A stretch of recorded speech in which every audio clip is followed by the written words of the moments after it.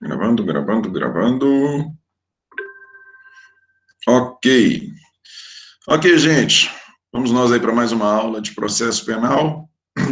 Estamos tratando do tema ação civil ou ação civil em decorrência de um delito. Dissemos que esta ação é uma ação, como o próprio nome indica, de natureza civil. Ela busca a reparação civil de prejuízos experimentados pela vítima em função da ocorrência de um crime. Prejuízos experimentados pela vítima, pelos seus descendentes, em razão da ocorrência de um delito, não é? Dissemos que necessariamente nós precisamos da ocorrência desse prejuízo, senão nós teríamos enriquecimento ilícito, e dissemos que a sentença, apesar das responsabilizações serem autônomas, uma gera efeito a depender da condenação ou absolvição no penal, pode ou não gerar efeito no cível, a depender da circunstância em que se deu essa condenação ou essa absolvição. Correto? Vamos para os slides aqui. Nós paramos exatamente em qual slide? Deixa eu localizar aqui. Nós falamos de 1935, falamos do 387, sim. Falamos do 64, sim. Ah, sim. Nós chegamos a falar do artigo 64, não falamos? Nós falamos dele? Vocês se recordam? O artigo 64, ele se refere à circunstância de que a suspensão, fala da suspensão da tramitação da ação civil em decorrência da instauração também da ação penal. Nós fizemos referência a ele ontem, não fizemos? 64? Fizemos sim, professor. Ótimo. Então, vamos para o 65. Vamos caminhar aqui e falar do artigo 65. Olha lá, gente. Como nós dissemos, em determinadas situações, a sentença condenatória ou absolutória no processo penal gera efeito no cível. A sentença condenatória ou absolutória no processo penal gera efeito no cível, a depender do que motivou esta condenação ou absolvição, a depender qual o fundamento da condenação ou da absolvição, correto? Uma sentença absolutória que gera efeito no cível, um dos fundamentos da absolvição no penal que gera efeito no cível, estão previstos aí no artigo 65 do Código de Processo Penal. Vamos à redação do artigo 65. Faz coisa julgada no cível a sentença penal que reconhecer ter sido o ato praticado em estado de necessidade, legítima defesa, estrito cumprimento do dever legal ou exercício regular do direito. Mais uma vez, faz coisa julgada no cível a sentença penal que reconhecer do ato praticado em estado de necessidade, legítima defesa, estrito cumprimento do dever legal ou exercício regular do direito. Olha só, gente. Vocês se recordam, fechamos ontem falando do artigo 64, da necessidade, da faculdade, é uma faculdade quase que obrigação, de suspensão da tramitação da ação cível enquanto estiver em tramitação a ação penal. Correto? Pois bem, em razão daquela ideia que eu já informei a vocês, que o processo penal fundamenta-se na verdade real. Se na ação penal, dentro dessa ideia de gerar ou não efeito, se nós tivermos uma absolvição no processo penal, absolvição essa que se fundamente em estado de necessidade, legítima defesa e cumprimento do dever legal ou exercício regular de direito, a absolvição no penal gera efeito na esfera civil. Ou seja, quem tiver o autor de delito que tiver ocasionado prejuízo, ok? O autor de delito que tiver ocasionado prejuízo, tendo agido em estado de necessidade ou em legítima defesa, por exemplo, vamos ao exemplo de legítima defesa, a pessoa, vamos para o exemplo prático que fica bem tranquilinho, bem fácil de entender. Aquele que estava sendo a pessoa, tinha diante de si alguém que estava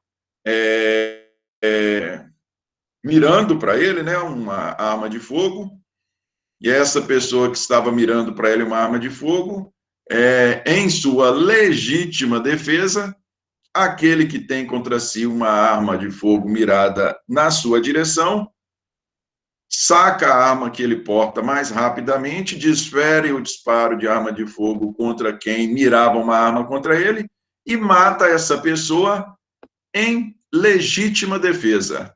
Em legítima defesa. Aí nós perguntamos, existe nessa circunstância o delito, existe a responsabilização penal daquele que matou? Não, nós não teremos a responsabilização penal, por quê? Porque a pessoa vai estar agindo sob a guarda de uma excludente de licitude, não é? Sabemos lá que o crime é fato típico, ilícito e culpável. A legítima defesa é uma excludente de licitude. Então, ele não responderá pelo delito. E aí, se você pensar, bom, mas espera aí, ao agir desta maneira, ele gerou um dano para os familiares daquele que ele matou. A pessoa que ele matou era quem sustentava a casa, gerou prejuízo patrimonial, ele tinha filhas que sofreram trauma em razão disso e tiveram um dano moral. Houve o prejuízo? Houve o dano? Sim, houve o dano. Porém, apesar da conduta ter gerado dano, esta conduta não foi uma conduta criminosa porque ela estava acobertada por uma excludente, no caso, no exemplo nosso da legítima defesa, e assim, essa absolvição do penal faz coisa julgada no cível, ou seja, impede que o juiz da área civil determine o pagamento de uma indenização. Já tendo ele sido absolvido no criminal sob o fundamento da legítima defesa, do estrito cumprimento do dever legal, ou qualquer outra dessas excludentes, ela gera efeito no cível e a pessoa não pode ser condenada à reparação, por mais que ela possa ter causado um prejuízo. Temos apenas uma exceção. Qual é esta exceção? É quando o prejuízo causado não foi um prejuízo experimentado pelo autor da conduta e originou a resposta, né, do autor. Vamos voltando à legítima defesa, ao exemplo da legítima defesa.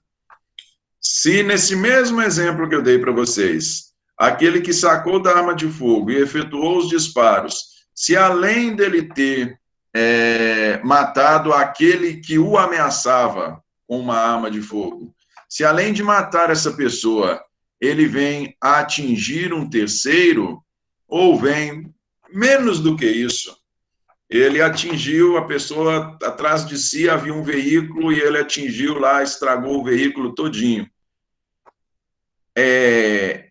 Esta absolvição no penal, em razão da legítima defesa, se circunscreve aos danos causados à vítima do crime. Danos causados a terceiro, não. E o cara não era um sniper, e além de ter atingido aquele que o ameaçava com uma arma de fogo, ele ainda destruiu o veículo que estava atrás dessa pessoa, veículo este que não era desta pessoa, era de um terceiro, ele vai ter que indenizar este terceiro. Correto?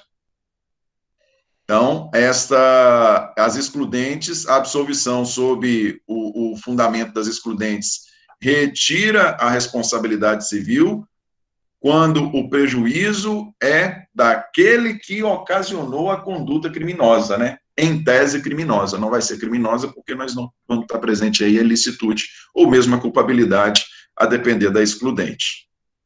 Ok? Artigo 66. Não obstante a sentença absolutória no juízo criminal, a ação civil poderá ser proposta quando não tiver sido categoricamente reconhecida a inexistência material do fato. Não obstante a sentença absolutória no juízo criminal, a ação civil poderá ser proposta quando não tiver sido categoricamente reconhecida a inexistência material do fato. Olha só, gente. No direito penal, nós sabemos que existe um princípio que é o chamado de favor rei, ou em favor do réu, in dúbio pro réu, na dúvida a favor do réu. Pois bem, se o juiz, no momento de sentenciar, tiver dúvida acerca da responsabilidade, da autoria, ou tiver dúvida até mesmo acerca da ocorrência ou não do fato, acerca da materialidade, ocorrência ou não do fato, ou havendo dúvida acerca de autoria, seria ou não seria a pessoa acusada a autora da conduta, em quaisquer das duas circunstâncias o juiz deve absolver aquele que está sendo acusado. Por quê? Porque no processo penal nós temos o princípio in dúbio pro réu. Ok? O artigo 66 ele nos diz o seguinte: se a absolvição no juízo criminal, se ela tiver por fundamento a dúvida, ou seja, se o juiz não falar claramente, eu estou absolvendo porque esta pessoa efetivamente não é a autora da conduta. Está provado que ela não é autora da conduta. Ou eu estou absolvendo porque efetivamente está provado que o fato não ocorreu, não existiu. Se a absolvição não for fundamentada nessa certeza, se a absolvição for fundamentada na dúvida, esta absolvição não impede que a pessoa ingresse com uma ação civil. Nós podemos ter nada e não vai haver nenhuma ilegalidade se tivermos uma absolutória penal sob o fundamento da existência da dúvida e uma condenatória na esfera civil, seja porque o réu foi revel, seja porque o juiz civil se convenceu de que aqueles elementos de prova eram suficientes para a responsabilização civil. Correto? O 65 nos traz situação que gera efeito, que implica necessariamente absolvição penal, no 65, necessariamente implica absolvição no cível. Já o 66, a absolvição tendo por fundamento a dúvida, ela não gera efeito, ela não impede a condenação no cível. Nós teremos o mesmo fato este que é constitutivo de crime, e existe a possibilidade, não estou falando que é a regra, mas existe a possibilidade, tanto é que o 66, ele fala que a ação poderá ser proposta, o que não quer dizer que a ação vai ser procedente, porém existe a possibilidade de, em razão de um mesmo fato, termos condenação no penal, absolvição no cível.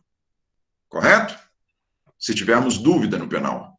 E nós vamos ver isso aqui mais à frente. Pedro, Pois não. no caso desse artigo anterior, não vai ficar contido pedido de indenização, não, sabendo que não restou comprovado que ele é autor ou que o fato existiu? Não, veja bem, eu vou falar dessas situações, uma por uma aqui no fechamento, quando nós formos falar no 387.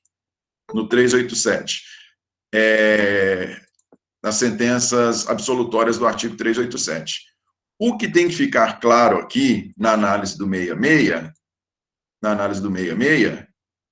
é que nós somente teremos a implicação de impedir uma absolvição penal que não seja fundada no 65. Vamos esquecer todas as circunstâncias do 65, correto? As excludentes. Vamos esquecer. Uma absolvição no penal que não seja fundada no reconhecimento categórico de que aquela pessoa não foi a autora do fato, ou aquela pessoa, ou aquele fato não ocorreu, se a sentença penal absolutória, se ela não tiver por fundamento o reconhecimento da irresponsabilidade, ou o reconhecimento, né, da prova da irresponsabilidade, ou da prova da não ocorrência do fato, se ele se basear na dúvida, já que no processo penal é indúbio pro réu, não teremos a vinculação no cível. Nada impede que não só a propositura da ação, como também o deferimento do pedido. No cível, nós precisamos de uma prova menos contundente para a procedência da ação. Nós precisamos de uma prova menos forte, digamos assim, né, de uma prova mais fraca para que possamos conseguir a procedência da ação. Sem falar da possibilidade da condenação por revelia. Correto? Quando formos falar aqui, quando nós formos falar aqui no fechamento do artigo 387, que fala a respeito dos motivos de absolvição, vocês vão compreender direitinho o que eu estou querendo dizer. No primeiro momento pode parecer confuso, mas vai ficar bem claro. Vamos lá. Artigo 67. Já explico direitinho, Gabriel, já explico direitinho. Artigo 67. Não impedirão igualmente a propositura da ação civil. 1. O despacho de arquivamento do inquérito ou das peças de informação. Se nós tivermos o arquivamento de um inquérito policial, o simples arquivamento do inquérito não impede a propositura da ação, não é? O inquérito ele pode ter por fundamento, por exemplo, a circunstância de que o fato não constitui crime, ele pode ter por fundamento a circunstância de que, no entender do Ministério Público, nós não temos provas mínimas de autoria para propor a ação. O Ministério Público pode entender que a prova de autoria está muito fraca, o Ministério Público pode entender que a prova que o fato não constitui crime, o Ministério Público pode entender que as provas, até mesmo acerca da materialidade do delito, não estão suficientes para propor a ação penal, então ele pede o arquivamento do inquérito. Esta mera circunstância de arquivamento de inquérito policial não impede a propositura da ação civil, correto? Somente a decisão judicial em algumas circunstâncias. Algumas nós já falamos, e outras nós vamos falar aqui na sequência no 387. Inciso 2.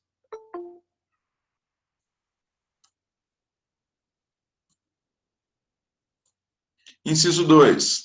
A decisão que julgar extinta a punibilidade. a decisão que julgar extinta a punibilidade.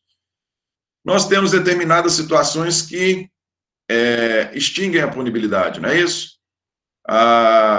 Nós temos a principal delas, a morte do autor, temos morte do autor, temos prescrição e outras. Temos morte do autor, prescrição e outras. Mas vamos falar da morte do autor, que é mais fácil de visualizarmos e independe de contagem de tempo. O que nós dissemos? Em razão do princípio da intranscendência das penas, a responsabilização penal não se transfere para os herdeiros. A responsabilização penal não se transfere para os herdeiros.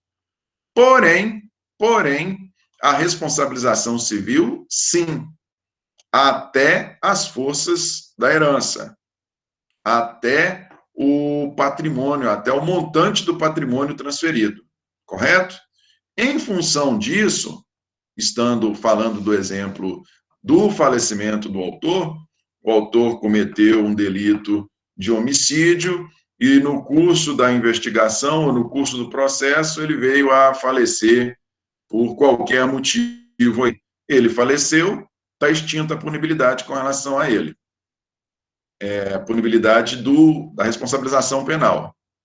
Porém, nada impede que a sentença absolutória sob este fundamento, ela não impede a propositura da ação civil neste caso, contra os herdeiros. Ou, se ela já estiver sido proposta, nada impede o prosseguimento da ação civil, que terá ação civil de reparação, que atingirá, que passará, que perseguirá o patrimônio transferido para os herdeiros. Correto? Não impede a propositura da ação civil. Inciso 3, a sentença absolutória que decidir que o fato imputado não constitui crime. Aqui também é tranquilo, né, gente? Aqui é tranquilo. Nós vimos, quando nós dissemos, quando iniciamos a disciplina, o tema ontem, nós falamos lá de como é previsto o ilícito no direito civil. Está lá, olha lá, artigo 186. Aquele que por ação ou omissão voluntária, negligência ou imprudência, violar direito e causar dano a outrem, ainda que exclusivamente moral, comete ato ilícito. Se cometeu o ato ilícito, se houve o cometimento do ato ilícito, que no direito civil nós não temos esta previsão legal de cada um dos ilícitos, se nós estivermos diante de uma conduta intencional ou não, que venha a causar dano ao cometimento do ato ilícito, e pelo que dispõe o 927,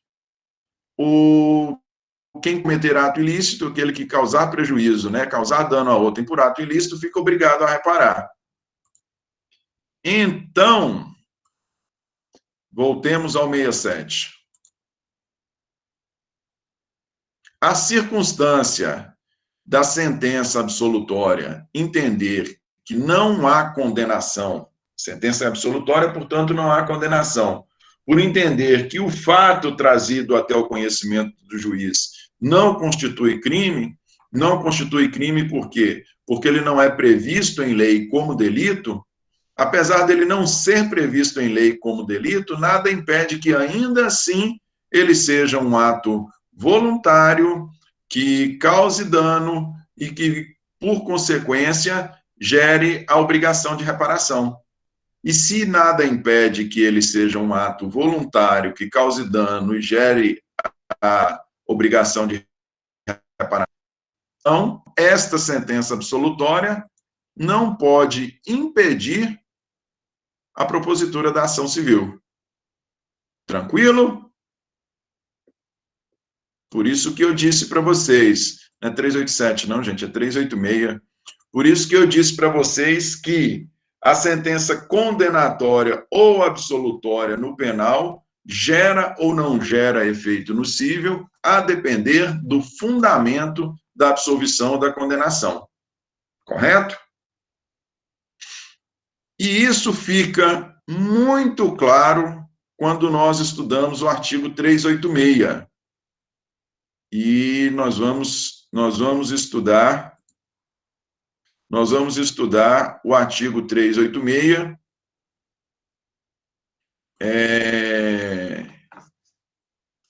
quando estivermos falando de sentença, no fechamento de sentença, lá no fechamento do semestre. Artigo 386, se refere à sentença. Vamos lá. Se refere à absolvição em especial. Eu vou explicar para vocês cada uma das circunstâncias para depois nós falarmos se gera ou não gera efeito nocível. O juiz absolverá o réu, mencionando a causa na parte dispositiva, desde reconheça: 1. Estar provada a inexistência do fato. Estar provado a inexistência do fato. Neste caso do inciso 1, a absolvição do juiz teve por fundamento a circunstância de que o fato inicialmente trazido ao seu conhecimento por meio da denúncia foi provado no curso da instrução processual que este fato não existiu. E como o fato não existiu, o juiz absolveu. Um exemplo prático, nós temos uma pessoa que João é um desafeto de José, João é um desafeto de José, José e João vêm prometendo há muito tempo que vai matar José, José simplesmente desaparece e aparece ali uma meia dúzia de testemunhas que explanam uma situação toda levando a crer que o João matou José. João matou José, em função desta prova testemunhal, da circunstância do desaparecimento, nós não foi encontrado o corpo, mas ainda assim o Ministério Público intentou a ação e o juiz recebeu a denúncia e deu-se início ao processo. No curso da instrução processual, o José, a suposta vítima do homicídio, aparece sem nenhuma lesãozinha no corpo. Os supostos disparos de arma de fogo que teriam sido efetuados contra ele, ouviram os disparos, né? Ele não pegou nem de raspão. Por meio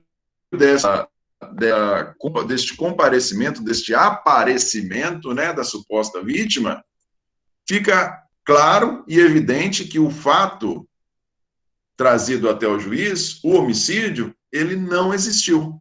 Nós temos prova, então, de que o fato não ocorreu. Correto? Esta é a situação 1. Absolvição sob o fundamento de que, no processo, ficou provado que o fato não ocorreu. Inciso 2. Inciso 2. Não haver prova da existência do fato. Não haver prova da existência do fato. Aqui a situação é um pouquinho diferente. Suponhamos esta mesma circunstância em que nós temos desafetos, o autor vem a ser acusado de ter efetuado disparos de arma de fogo e atingido a suposta vítima, a vítima não é encontrada, os supostos disparos de arma de fogo foram apenas ouvidos, nós vamos estar ali diante de uma prova testemunhal fraca, suponhamos que este seja o exemplo, uma prova testemunhal fraca, não temos um auto de corpo de delito para demonstrar a morte, até mesmo porque o corpo não foi encontrado. Então, o juiz, ao final, o juiz que inicialmente recebeu a ação, apesar da prova testemunhal estar fraca, nós tínhamos todo um histórico de desafeto entre os dois, foi criada uma situação ali indicativa de que o crime poderia ter ocorrido, e assim o juiz recebeu a denúncia e deu início ao processo. Porém, passada toda a instrução processual, essa prova não se fortaleceu. Não se fortalecendo esta prova, ao final, o juiz absolve sob o fundamento de que não há prova da existência do fato. Então, vejam vocês, é uma situação totalmente diferente. Na 1, está provado que o fato não ocorreu. Na 2, não há prova de que o fato tenha ocorrido. Não se está falando que o fato não ocorreu. A absolvição foi porque não tem prova que o fato ocorreu. Há dúvida e, em dúbio, pro réu. Não é assim no processo penal? Inciso 3. Inciso 3 não tem dúvida, né? Se o fato não constituir infração penal, nós podemos ter uma determinada circunstância que não vem a constituir infração penal.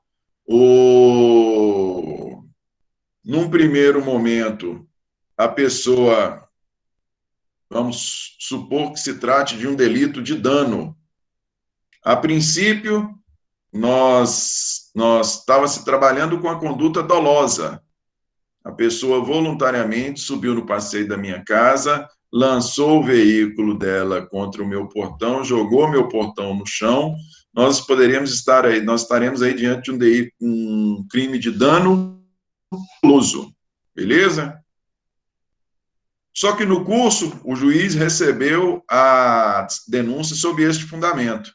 Porém, durante a instrução penal, o autor fez prova de que, na verdade, ele não agiu de forma dolosa, ele agiu de forma culposa, ele agiu de maneira imprudente, ele estava atendendo o celular ao mesmo tempo, ele atendeu o celular, ele se distraiu, ele prestou atenção em outra coisa, enfim, ele foi imprudente, negligente ou imperito, ele não agiu com dolo, ele agiu com culpa.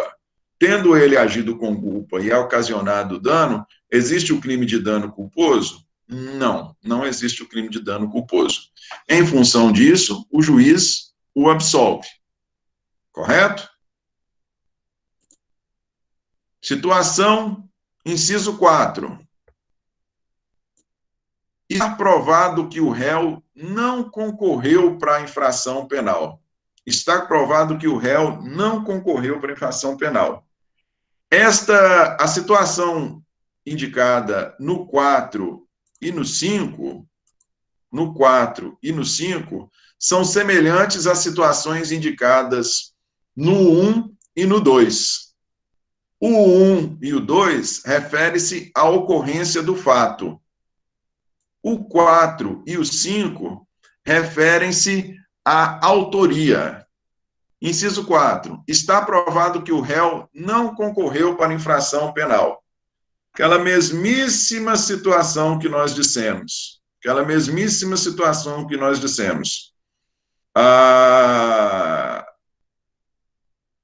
Rusgas anteriores, provas testemunhais de que o autor efetuou os disparos contra a vítima e ocasionou a sua morte, correto? Nós temos, na hipótese do inciso 4, nós temos, sim, a ocorrência do fato, ou seja, nós temos um homicídio, nós temos o fato ocorreu, nós estamos falando aqui agora no inciso 4, de autoria.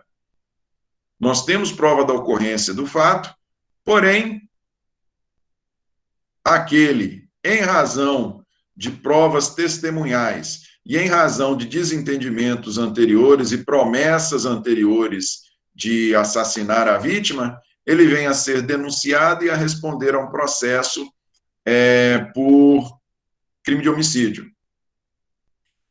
No curso da instrução processual, porém, ele vem a fazer prova de que, na verdade, vamos falar aí de lei seca, Ele saiu daqui, ele consegue fazer prova de que ele, no dia e hora em que ocorreu o homicídio, e o homicídio ocorreu, não há dúvidas disso, no dia e hora em que ocorreu o homicídio, ele tinha dado um pulo lá em Bocaiúva, foi lá em Bocaiúva comprar a cerveja que ele não está achando para comprar aqui. Tem demonstração, tem circuito interno de TV, falando que ele, circuito interno de TV do bar, do restaurante onde ele foi lá, ele traz aquele comprovantezinho de que ele fez pagamento com cartão de crédito, ele estava lá na hora, ele traz o comprovante, tem o circuito interno dele passando lá no pedágio daqui para Bocaiúva, enfim, ele consegue fazer prova de que ele não foi o responsável pela conduta. Então, vejam, essa é a situação do inciso 4. Está provado que o autor não concorreu para infração penal. Beleza? Inciso 5. Não existir prova de ter o réu concorrido para a infração penal. Não existir prova de ter o réu concorrido para a infração penal.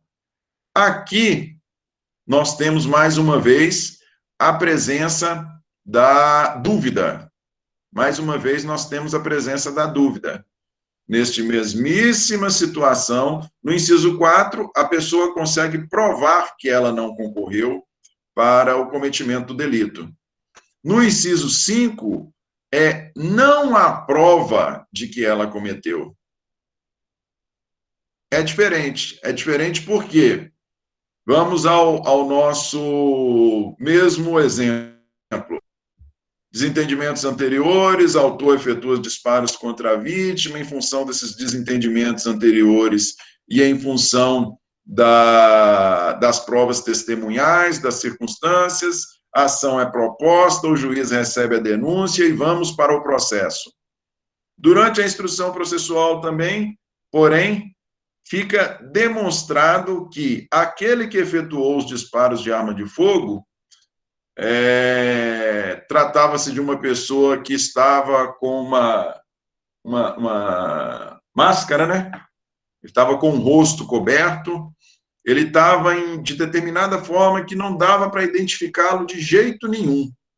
Não dava para identificá-lo de jeito, não dava para identificar quem era o autor. Por mais que existisse esse histórico prévio de ameaças, por mais que tivemos aí algumas testemunhas indicando a autoria, as provas não foram suficientes. Neste caso, nós não temos prova de que o réu concorreu para infração penal. No inciso 4, nós temos certeza de que ele não concorreu. No inciso 5, nós não temos prova. Percebem que são situações diferentes? São parecidas, porém diferentes? Inciso 6, é tranquilo? Existirem circunstâncias que excluam ou isentem o réu de pena, aqui estão as excludentes de ilicitude e de culpabilidade, né? Se tivermos aí legítima defesa, estado de necessidade, estrito cumprimento do dever legal, são as circunstâncias que excluem o crime ou isentem o réu de pena, ou mesmo se houver fundada dúvida sobre a existência delas. Mais uma vez, indúbio pro réu. Se estivermos em dúvida se uma determinada situação ou não houve a legítima defesa, opta-se pela absolvição. Em razão de quê? Em razão de quê? Indúbio pro réu. Beleza? E, por fim, não existir prova suficiente para a condenação. Esse inciso 7, na verdade, ele é uma válvula de escape, ele é um geralzão, né? Porque o inciso 3, o inciso 2, ele já fala dessa circunstância de não haver da não existência de prova, não haver prova da existência do fato e não exigir prova de ter o réu concorrido para a infração penal, de certa forma, são espécies de ausência de prova para condenação. De certa forma, são espécies de ausência de prova, né? Provas ausentes, não, ou provas insuficientes. Nós podemos dizer melhor, nós podemos dizer melhor. No inciso, podemos dizer melhor, no inciso 2, que se refere ao fato, não há prova da existência do fato. Nós não temos prova nenhuma da existência do fato, não da autoria. No inciso 5, não há prova de que o réu concorreu para a infração penal. Não há prova nenhuma. No inciso 7, ele trata da circunstância de não haver prova suficiente para condenação. Ou seja, nós podemos ter alguma prova, seja do fato, seja da autoria. Porém, o juiz, dentro da sua análise discricionária, ele pode entender que aquela prova, por mais que existente, ela é uma prova insuficiente, ela é uma prova fraca. Tranquilo, gente? Feitos os esclarecimentos a respeito destas circunstâncias, vou indicar aqui para vocês qual a implicação.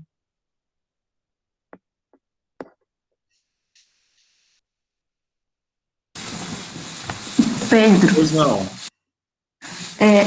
A absolvição sumária, eu só posso pedir se o réu ele for réu primário? Não. Absolvição sumária não tem a ver com primariedade, não. Nós vamos, quando a gente for falar de processo, propriamente, vamos falar da frase dos processos, apresentação da denúncia, recebimento, absolvição sumária, não recebimento ou não recebimento da denúncia, aí nós vamos indicar os fundamentos da absolvição sumária. A absolvição sumária ela é uma fase prévia, ela se dá no momento inicial do processo, e não tem nada a ver com a circunstância de primariedade, não. Vai ser, se não me engano, vai ser o segundo tema do nosso próximo ciclo. Agora, gente, voltando aqui, como eu disse para vocês, a absolvição, assim também como a condenação, a absolvição penal pode ou não pode gerar efeito nocível. E é isso que nós vamos vislumbrar aqui agora. Olha só. Lembrando-se sempre, o processo penal baseia-se na verdade real. Beleza? Ele exige prova muito mais contundente para uma condenação. Artigo 386. O juiz, se o fundamento for estar provado que o fato não existiu, se o fundamento da absolvição for que o fato não existiu, restou provado categoricamente que o fato não existiu, esta absolvição gera efeito nocível. Ela impede a propositura de uma ação cível voltada à reparação do delito. Por quê? Do suposto delito. Por quê? Porque nós temos uma sentença penal baseada no princípio da verdade real, em que já se reconheceu que o fato não ocorreu. Está estabelecido lá que está provado que o fato não ocorreu. Estando provado que o fato não ocorreu, eu não posso propor uma ação cível. Ok? Inciso, eu disse a vocês que o inciso 2 é diferente do inciso 1. Inciso 2, não haver prova da existência do fato. Aqui no inciso 2, nós não temos uma decisão penal absolutória fundamentada no fato de haver provas de que o fato não ocorreu. A sentença absolutória é fundamentada no fato de que as provas da ocorrência do fato foram insuficientes. Não houve provas da ocorrência do fato. Em função da absolvição se fundamentar na circunstância de que não houve prova da ocorrência do fato, nós não temos a vinculação nocível. A ação cível poderá ser proposta. Poderá ser proposta por quê? Porque no processo penal não se provou a ocorrência do delito, mas no processo cível pode ser provado. ela não vai estar contrariando o penal. Se a sentença, quando eu digo no inciso 1 que no penal está determinado, está claro que o fato não ocorreu, uma procedência da ação civil, nós teremos decisões divergentes a respeito de um mesmo fato. Quando a absolvição é fundada na circunstância de que não há provas da existência do fato, a posterior condenação no cível não vai macular, não vai contrariar a decisão penal. O que restou demonstrado é que, no processo penal, não foi apresentado prova de que o fato tenha ocorrido. No processo civil, apresentou-se provas, ou no processo civil, o juiz convenceu-se da existência do fato. Correto? Inciso 1, vincula o cível. Inciso 2, não vincula o cível. Beleza? Inciso 3. Inciso 3. Não constituir o fato infração penal. Aqui não tem dúvida, né, gente? Aqui não tem dúvida. Naquele exemplo que eu dei para vocês, daquele que por imprudência, imperícia ou negligência sobe no passeio e derruba o portão de minha casa, constitui crime de dano? Não, não constitui crime de dano. A pessoa está sendo absolvida porque não existe o dano culposo. Mas, sem sombra de dúvida, essa pessoa me ocasionou um prejuízo por meio de uma conduta culposa e, em função disso, isso é um ilícito de natureza civil e ele vai ter que me indenizar. Não é as condutas indenizáveis, não são somente aquelas que são objeto, aquelas que são previstas como delito, não. Qualquer conduta que gere prejuízo, qualquer conduta, a princípio, né, que gere prejuízo, material, patrimonial ou moral, ele abre a possibilidade de recebimento da indenização, mesmo que essa conduta não seja prevista em lei como crime, correto? Então, a absolvição do inciso 3 não vincula o cível, beleza? Inciso 4. Está provado que o réu não concorreu para a infração penal. Aqui o inciso 4, ele segue a mesma linha do inciso 1. Se nós temos a prova clara de que o réu não concorreu para a infração penal, se nós temos uma absolvição no processo penal sob o fundamento de que a pessoa não concorreu, ficou provado que ela não concorreu, ficou provado que o suposto autor, o a princípio denunciado, ficou provado que o réu estava em Bocaiúva, lá comprando cachaça no dia e hora do delito, essa absolvição, com fundamento no inciso 4, ela vincula o cível. É impossível propor a ação de natureza cível objetivando a reparação. Correto? Então, voltando aqui, vincula o cível o inciso 1, está aprovada a inexistência do fato. O inciso 4, está aprovado que o réu não concorreu para infração penal. O inciso 2 e 3 não vinculam o cível. Inciso 5, não exigir prova de ter o réu concorrido para a infração penal. Como eu disse para vocês, no inciso 4, nós temos provas categóricas de que a pessoa não foi responsável pelo delito. No inciso 5, nós não temos provas categóricas de que ela não foi responsável, porém, nós também não temos provas para a sua condenação. Nós não temos provas para a condenação dessa pessoa. Em função dessa ausência de provas, né, a pessoa vem a ser absolvida.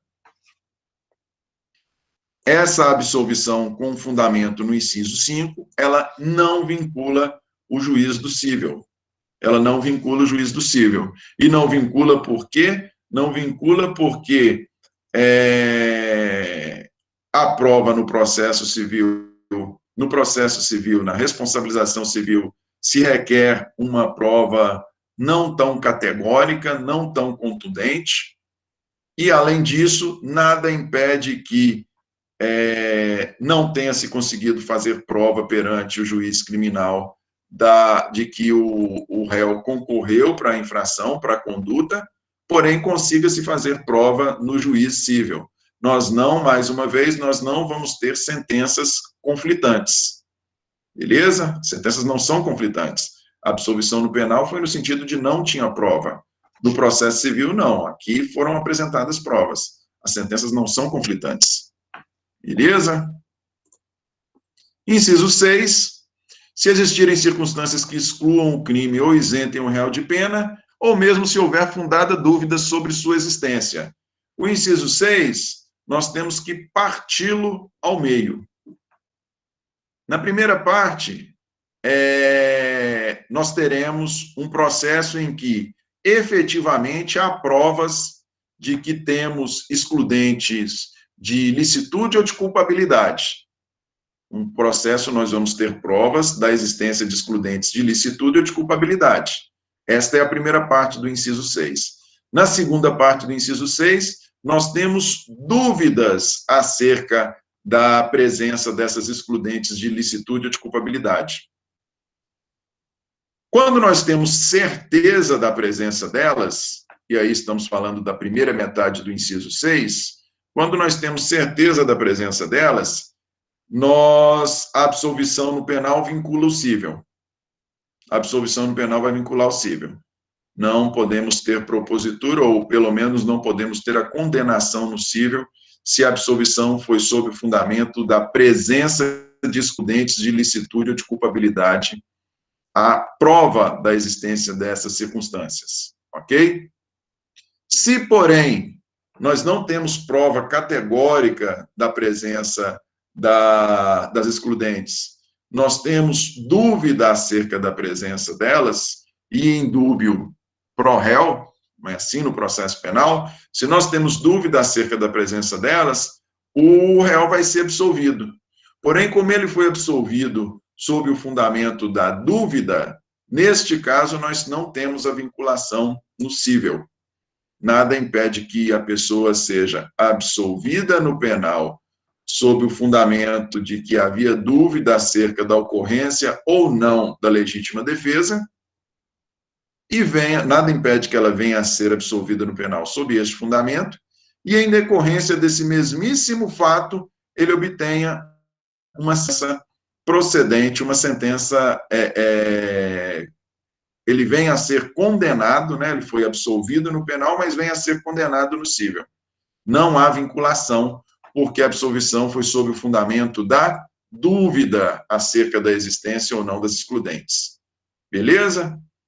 E, por fim, inciso 7, não existir prova suficiente para condenação.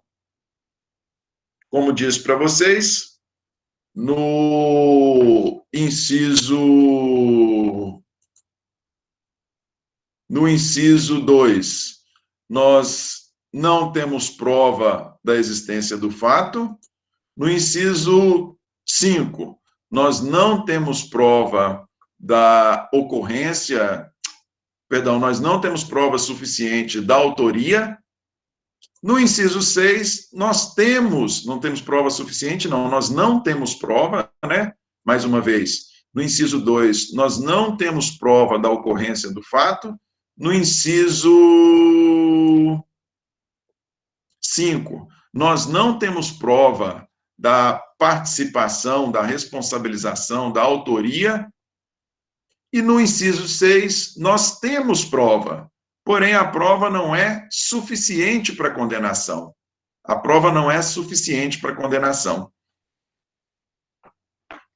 Em função disso, nós temos a absolvição no penal. Porém, mais uma vez digo a vocês, nada impede que a prova insuficiente no penal seja suficiente para a responsabilização civil.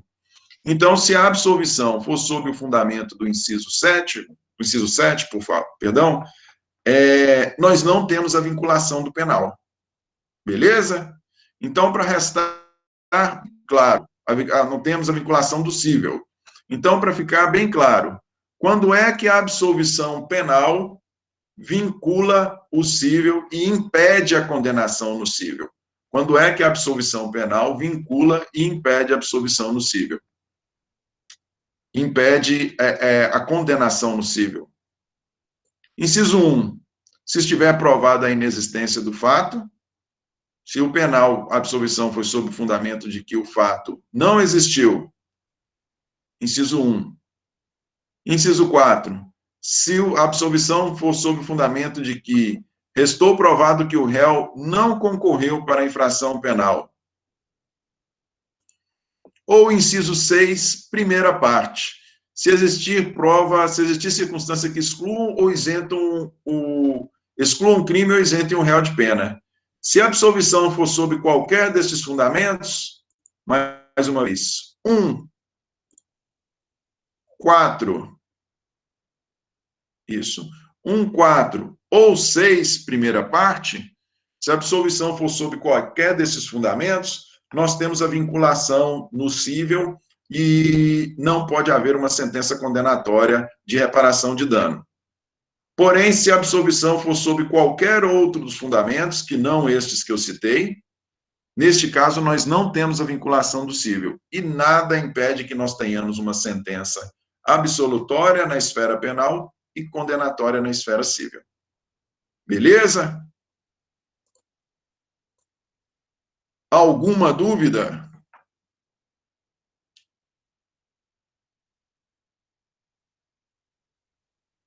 Sim ou não? Disse o Santos. Sim, não, não. Ótimo, excelente. Vou interromper a gravação aqui e vou fazer uma chamada rapidinho para apresentação. Aqui.